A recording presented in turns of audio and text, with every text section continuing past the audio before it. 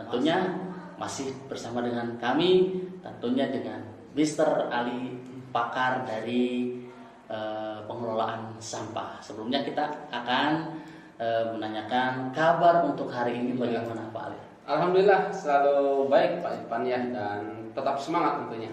Nah, kita harus tetap semangat, jaga lingkungan kita, jangan lupa dengan jargon kita. Apa kerjanya? Clean today, better tomorrow. Sahabat lingkungan, setelah kita membahas materi-materi tentang apa itu yang disebut dengan daur ulang, apa itu manfaat dari daur ulang.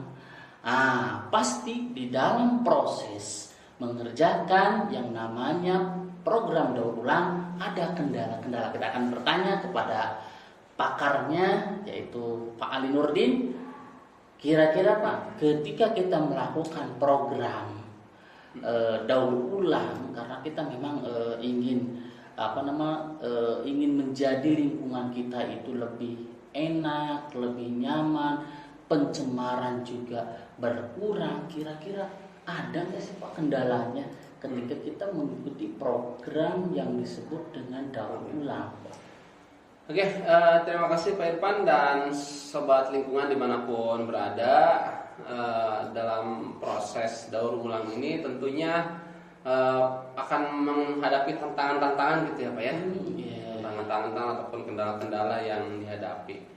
Tentunya di sini daur ulang itu sama saja dengan proses-proses pengolahan sampah lainnya. Ini memiliki tantangan dalam penerapannya. Dan penerapan proses daur ulang ini yang pertama tantangannya pertama ya pastinya skills Pak. Skills dari kemampuan kita ya. Skill kita. Ya minimal kita kalau semua kemampuan dalam memproses limbah ataupun memproses sampah barang bekasnya ini belum expert gitu ya, belum expert, maka kita yang nanti memilih di perannya sebagai apa dalam proses daur ulang. Ya, intinya pertama kita harus memahami skills kita di mana dalam proses daur ulang, kemudian ya tujuan kita buat apa juga. Nah, tetapi di sini ketika kita memulai proses daur ulang, biasanya di lapangan terutama ya, ini daur ulang yang ada di masyarakat gitu, di masyarakat. Biasanya ada beberapa kendala. Kendala yang pertama ini biasanya dari bahan-bahannya Pak. Dari bahan-bahan yang terkumpul ataupun dari bahan-bahan yang akan diproses sebagai bahan utama dari daur ulang, biasanya banyak terkontaminasi gitu. Iya, karena memang mungkin tercampur ya. Banyak tercampur dengan sampah-sampah lainnya yang tidak didaur ulang. Misal sampah anorganik, sampah organik lah gitu ya, atau sampah-sampah sisa makanan, sisa dapur itu tercampur, sehingga di sini memang untuk kualitas dari bahan yang akan didaur ulang ataupun limbah yang akan didaur ulang ini harus disterilisasi, harus dipilah lagi baru bisa diproses gitu. Kemudian yang kedua juga teknologi dan peralatan, terutama di kalangan masyarakat ini lebih banyak sebagai pemilah gitu maksudnya. Pemilah, mereka mencari karena tidak memiliki tidak memiliki alat ataupun teknologi yang memadai, ini ya langsung saja dijual gitu. Artinya ya mereka sampai di pemilah.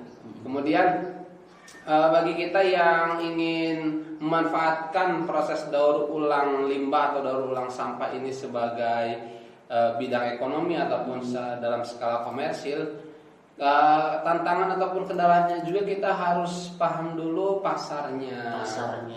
Pasarnya. Artinya kita harus survei dulu, harus riset dulu, kita mau bikinnya apa, kemudian pasarnya di mana. Ini merupakan tantangan ataupun kendala yang harus dihadapi gitu. Betul. Ya, artinya kita tidak bisa sebatas mengumpulkan barang bekas ataupun limbah ataupun sampah kemudian kita daur ulang, tapi kita belum punya target nih memasarkannya kemana, menjualnya kemana, kan gitu ya.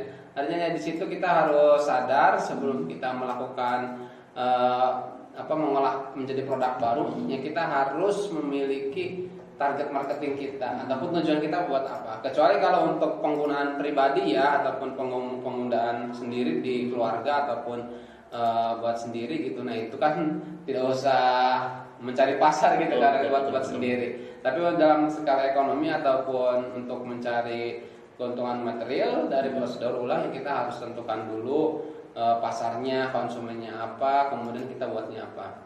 Kemudian yang jelas memang dalam proses daur ulang ini kendala yang paling terasa ini ya kesadaran, Pak.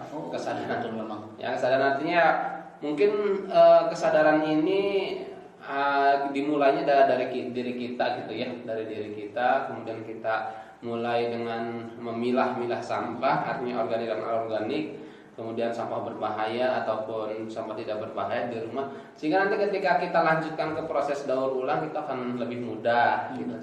Ya seperti itu, Pak. Nah itulah sahabat lingkungan. Jadi ketika kita mengikuti program yang namanya daur ulang, kendala-kendalanya tadi sudah disampaikan oleh Pak Ali.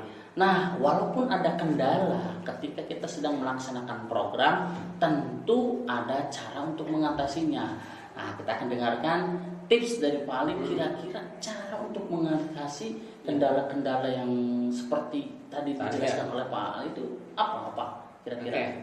Ya yang pertama tadi ya kita untuk ingin berpartisipasi dalam proses daur ulang, tapi kita tidak memiliki skill ataupun pengetahuan yang cukup untuk daur ulang ini, ya solusinya yang pertama ya kita harus belajar dulu gitu. Betul. Belajar dulu ya. Belajar dulu apa yang harus dipersiapkan untuk proses daur ulang ini, bagaimana cara memilah sampahnya, sampai nanti tahapan-tahapan proses daur ulang sampahnya menjadi produk baru.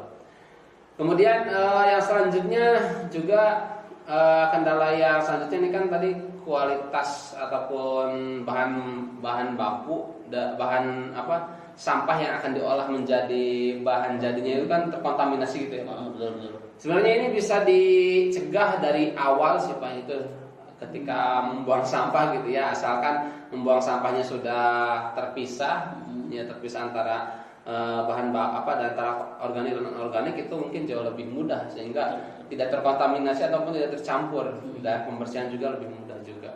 Kemudian ya bisa juga dengan menerapkan teknologi pemisahan daur ulang terbaru. Kemudian yang paling pentingnya tadi ya, kita harus memahami juga step by stepnya melalui pembelajaran sendiri, bisa melalui pelatihan ataupun melalui YouTube juga banyak tutorial gitu ya. Nah selanjutnya juga di sini kita harus memiliki sarana dan prasarana ya, terutama teknologi ataupun alat untuk mendaur ulang itu kita harus memiliki agar memudahkan proses.